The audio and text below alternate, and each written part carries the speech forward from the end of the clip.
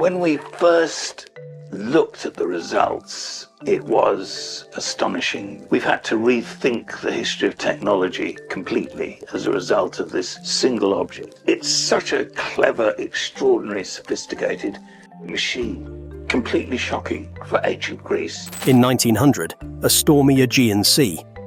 A few Greek sponge divers drop anchor near a tiny rock island, dive down 150 feet, and stumble into an ancient shipwreck graveyard of bronze statues. But hold up. One rusty chunk they haul up? It's no junk. It's gears. 30 of them, interlocking like clockwork, over 2,000 years old. The world's first analog computer. This is the real-deal Antikythera Mechanism, cracked open by X-rays, CT scans, and even AI. No sci-fi. It's sitting in Athens right now, proven by top archaeologists. The discovery in the Aegean Sea. In the spring of 1900, life on the Aegean Sea seemed normal.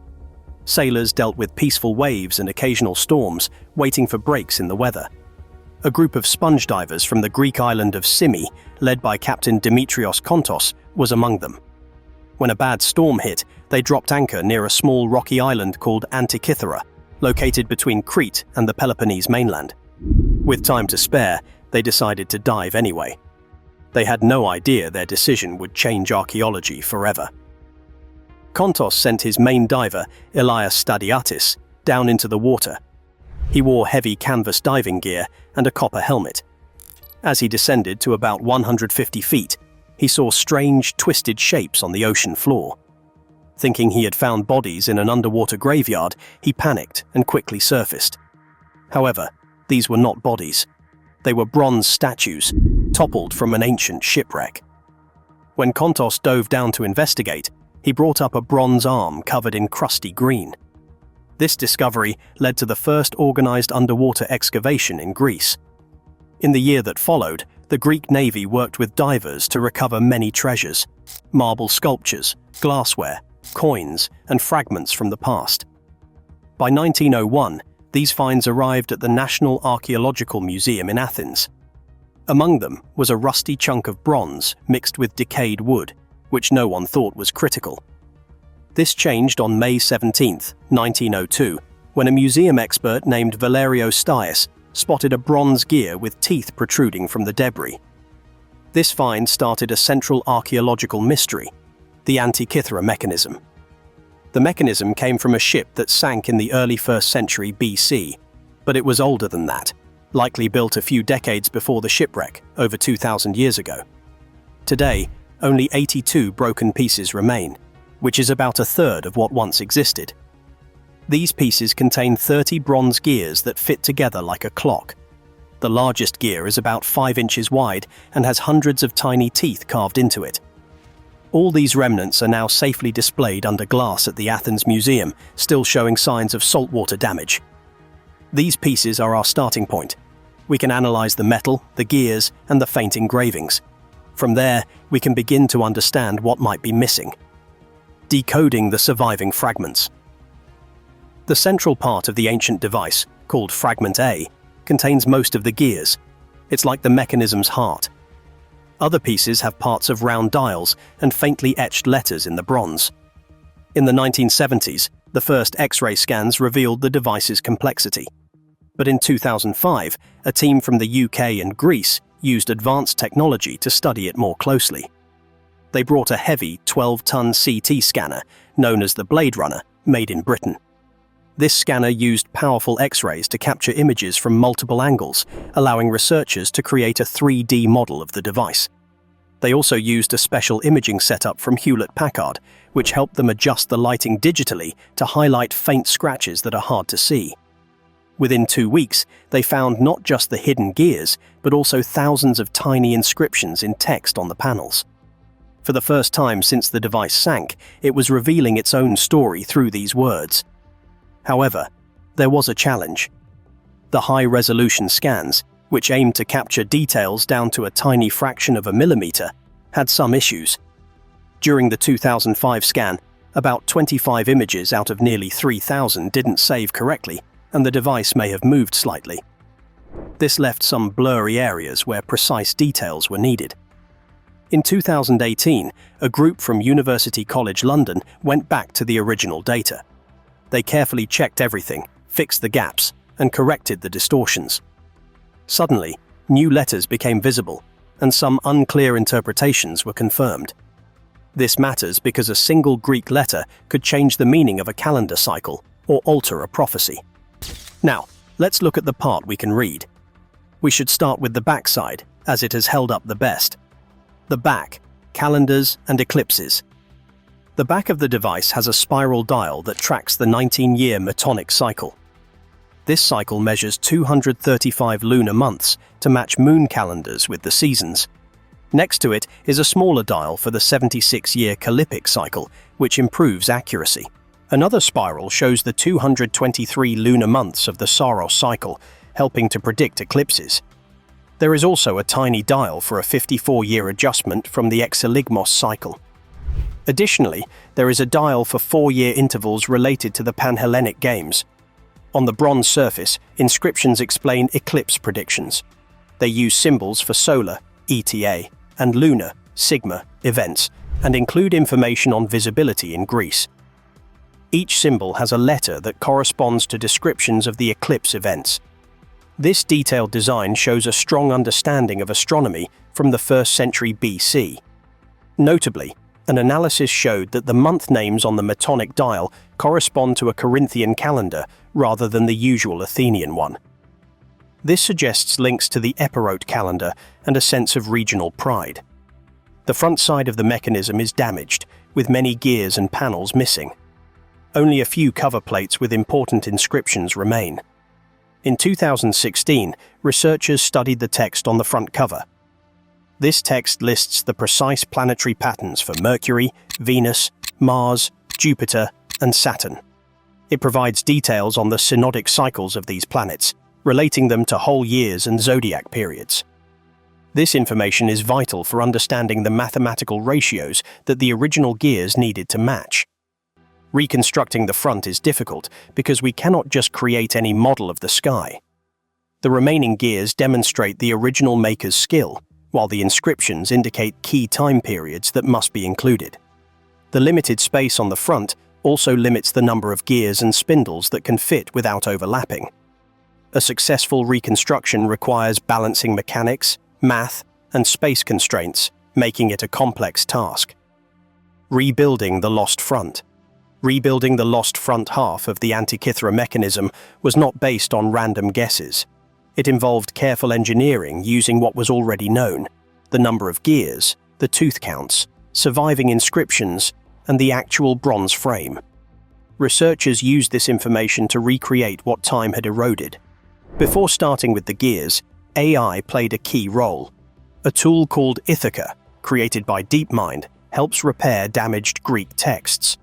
On its own, it can correctly guess missing letters about 62% of the time. However, when used alongside human experts, the success rate improves from around 25% to over 70%. This is important because the numbers on the cover plates need to match exactly with the front gears. Better readings reduced uncertainty and focused the team's efforts. Michael T. Wright was the first to demonstrate that the front could be built. In the early 2000s, while working as a curator at London's Science Museum, he built working models by hand. Wright incorporated epicyclic gearing, which uses smaller gears orbiting larger ones to replicate the planet's irregular speeds. He also used a pin and slot method, allowing a pin to slide in a groove, creating smooth speed changes for the gears. This method reflected the ancient Greeks' understanding of planetary motion. Wright even created a full planetarium setup before completely decoding the cover texts. While not perfect, his work with brass parts showed that the front could track planetary movement using technology familiar to the Greeks. This shifted the discussion from "is it possible?" to "yes, it works." Later groups built on previous work, culminating in a significant advancement by a team at University College London in 2021. They created a detailed model of the cosmos. This model had to fit into existing designs, match precise time ratios, and ensure all shafts and tubes worked together without clashing. At the center, there is a small dome for Earth and the Moon's gear system. Surrounding this are the planetary trains that send outputs into the core, known as the Central Coaxial Output, CCO. The front dial uses concentric rings, which help reduce reading errors and align with historical instructions for a ring-based display. One smart change was moving the starting gears for the Sun and the outer planets, Mars, Jupiter, and Saturn, to the front of the design. This eliminated bulky brackets and created more space. A fixed gear, called number 56, supports tightly arranged setups, reflecting many trials before reaching the best design. The model shares gears to save space. For example, the real Sun uses gear 52 from Saturn, and Mars and Jupiter share gear 64. This design reduces thickness and prevents gears from rubbing against each other. The rebuild works around the existing central drive wheel. It fits 9 stacked gear layers in a 0.59-inch space to manage the Sun's drive and the Moon's setup. A tilted strap also helps give Mercury and Venus enough space for their gear systems. Overall, this design shows precise measurements and careful planning, similar to watchmaking. The 2021 rebuild of the ancient mechanism revealed essential functions in different parts. A block on spoke D had a hole drilled through it, which was a mystery for a long time. It turns out this block helps route a sun signal for the moon phase display, making it a valuable part of the design. Another significant part is Fragment D, a disc attached to a gear. This piece helps simulate Venus's movement using a pin and slot mechanism, making it central to Venus's gear system. The alignment of bronze scraps in the mechanism supports the design requirements, as shown on spoke B, with a strong bearing that supports a 4-gear setup for lunar nodes. The design has a total of 69 gears, combining those in the front and back, effectively packing complex functions into a compact space. The Sun works with just 3 gears, and the inner planets use 5-gear setups, while some components cleverly navigate around fixed gears. The strength of this version lies in its testability. Simulations done in 2025 confirmed that while the tooth shape is solid, even tiny spacing errors can cause problems. This shifts the focus from myths to real engineering issues, such as friction and material quality, allowing more profound exploration of how precise Greek craftsmanship was. The main question is, what did the Greeks see when this intricate device was in motion? How the Greeks saw the heavens. Right away, you will notice a small dome representing Earth, with a pointer that follows the moon's path through the zodiac. A small ball, colored half black and half white, spins to show the moon's phases: new moon, full moon, and everything in between.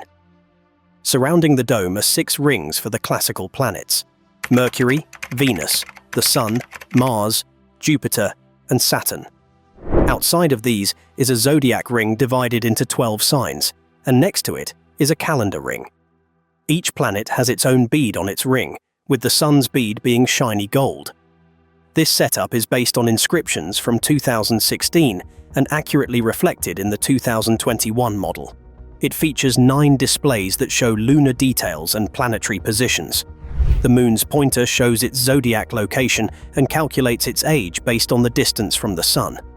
Cicero described a similar device that tracked the moon's position, and this model works in the same way every day. The Sun's golden bead moves through the zodiac, marking seasonal changes: Aries for spring, Cancer for the summer solstice, Capricorn for the winter solstice, and Libra for the fall equinox. The Sun bead alone acts as a calendar. Each planet's ring highlights critical astronomical events like conjunctions, oppositions, and greatest elongations, with index letters for easy identification. The dial has an extra hand called the dragon hand, which tracks the moon's nodes, where its path crosses with the Sun's path. Ancient cultures compared eclipses to a dragon eating the Sun. The dragon hand shows eclipse seasons, which happen twice a year when the Sun is near the nodes and take about 18.5 years to complete a full cycle. Moreover, the dial serves as a calendar, with fixed scales for the 12 zodiac signs and the days of the year, index letters on the zodiac point to seasonal astronomical events, known as the parapegma. The 2016 text noted 42 such events, offering cues for farmers and sailors. To use the device, Align the date ring with the zodiac, adjust it to your chosen day, and read the dial. The sun and moon indicators show their positions and phases, while the dragon hand warns you of possible eclipses. The dial uses various colors and textures to help distinguish different celestial bodies, making it easier to understand the sky. With this setup, you can track planetary movements and significant events throughout the year. As we delve into the secrets of the Antikythera Mechanism, we uncover not just an ancient artifact, but a pivotal moment in the history of human ingenuity. The story of how this complex device was forged over 2,000 years ago, then lost to the depths of the Aegean Sea, only to be rediscovered and unraveled by modern technology, is truly awe-inspiring. This mechanism opened a window into the past, offering insights into ancient Greek astronomy, engineering, and the attempt to quantify the cosmos. The effort to decode its fragments continues to reveal not only the brilliance of ancient minds, but also the relentless pursuit of knowledge that defines humanity. If you found this exploration into the Antikythera Mechanism fascinating, don't forget to like and share this journey with others. Subscribe for more engaging stories that bridge the gap between history and our quest for understanding. Let's keep the curiosity alive.